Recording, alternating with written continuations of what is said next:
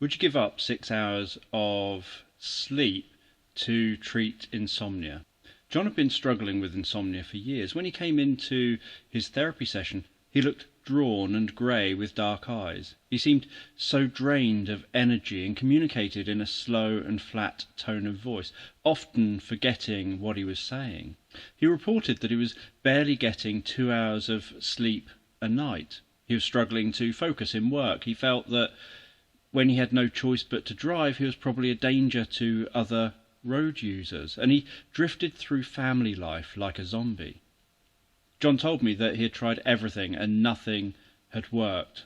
I was his last chance, and I'm sure that many of you have felt this at some point, where you just feel like you're drifting along like a zombie with life passing you by. In this video I'll share the treatment plan that I presented to John to help him to go from barely getting 2 hours of sleep per night to 4 days later sleeping 7 to 8 hours every single night, pretty much every night from then on. When John came into the first session, I didn't know whether I could help him, but I could see how desperate he was for the therapy to work, and he was keen to engage with whatever support I could provide. I gathered information about the pattern of his insomnia before telling him that I had a plan. I told John that this plan won't be easy. I really need him to be on board with what I'm going to ask him to do. I need him to trust me because I'm going to be asking him to do something which will be very, very difficult. John kept agreeing with me, with a look of curiosity and uncertainty. I kept explaining about how difficult this will be for him, so I really need him to be sure that he'll be up to doing as I ask. At this point, I intentionally avoided telling him what I was going to ask him to do. Once I felt that he was primed and focused on hearing what it was that I had to say, at that point I told him. You tell me that you get no more than 2 hours of sleep per night. You don't nap during the day, you try to maintain a healthy sleep routine, but when you go to bed you get restless, your brain doesn't shut up, you watch the clock and get more anxious and angry at yourself, perhaps drifting off to sleep for a couple of hours before waking up exhausted in the morning and getting on with your day. John obviously agreed with this summary. So would you be prepared to give up 6 hours of sleep to beat the insomnia? John smiled and said, he already gives up more sleep than that every single night. What is another 6 hours? I then explained to John what I wanted him to do. I wanted him to agree that he wouldn't go into work or drive or do anything which could be dangerous if he was overtired, while he was doing as I asked. He could put off engaging with this therapy until he knows that he has some time off, or he can take some time off especially. That's entirely up to him. John said that he was off work currently and he would like to get this dealt with as soon as possible, and asked what does he have to do. And I explained to John, what I want you to do is I want you to give up the 2 hours per night that you currently sleep. Just for the next few days. It doesn't matter how tired you get. You just have to make sure that you don't fall asleep.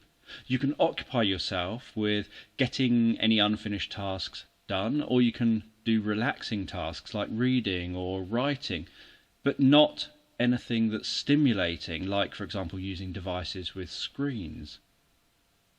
You have to have lights on low. Everything has to be kind of like it's bedtime and relaxing. And you're not allowed to drink any stimulants like coffee. And all you have to do is make it through the night.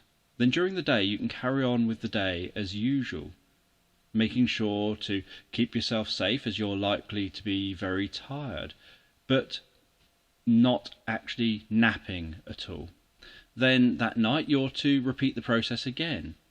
Try and stay up all night long, keeping yourself occupied, but not with anything stimulating. And then the next day, again, get on with the day like normal, no napping.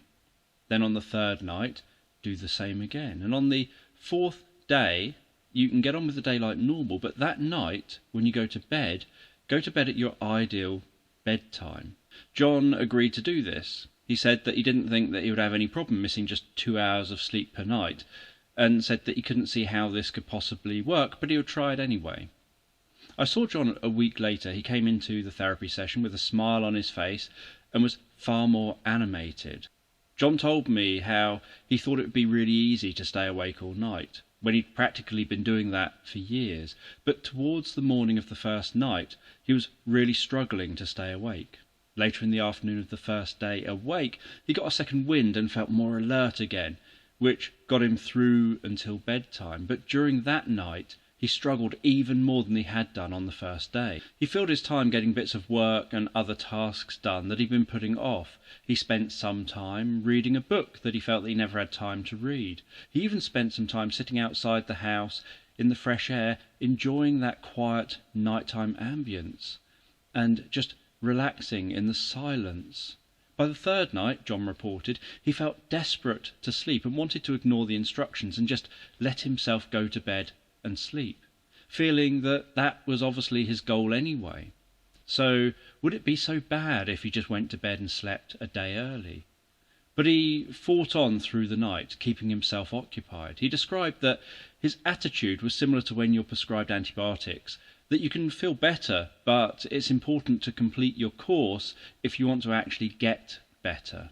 At the end of the final day of being awake the previous night, and then awake all day, he started to feel more alert again. And so, because he wasn't feeling tired, he thought he might be too alert and awake to actually sleep. Now he's on the night where he's allowed to go to bed to sleep. He went to bed at his usual time, only this time, as soon as his head hit the pillow and he closed his eyes, he fell deeply and comfortably asleep. And the next moment that he was aware of, he was waking up in the morning 9 hours later, feeling like he'd had the most incredible night's sleep. I had another session with John a few months later to follow up and see that things were still going well for him. Then I followed up about a year or so later and things were still going well. John said that he'd had one blip where he'd had a lot of stress and things going on at work, and he found himself not sleeping, and he told himself that if this happens for a second night, he'll go through the process again to reset his sleep. He knew that the process worked and found comfort in knowing that if he ever needed it, he could just self-administer that treatment plan, miss a few nights' sleep, and get back on track again. I heard from John once more a few years later, and he was still doing well.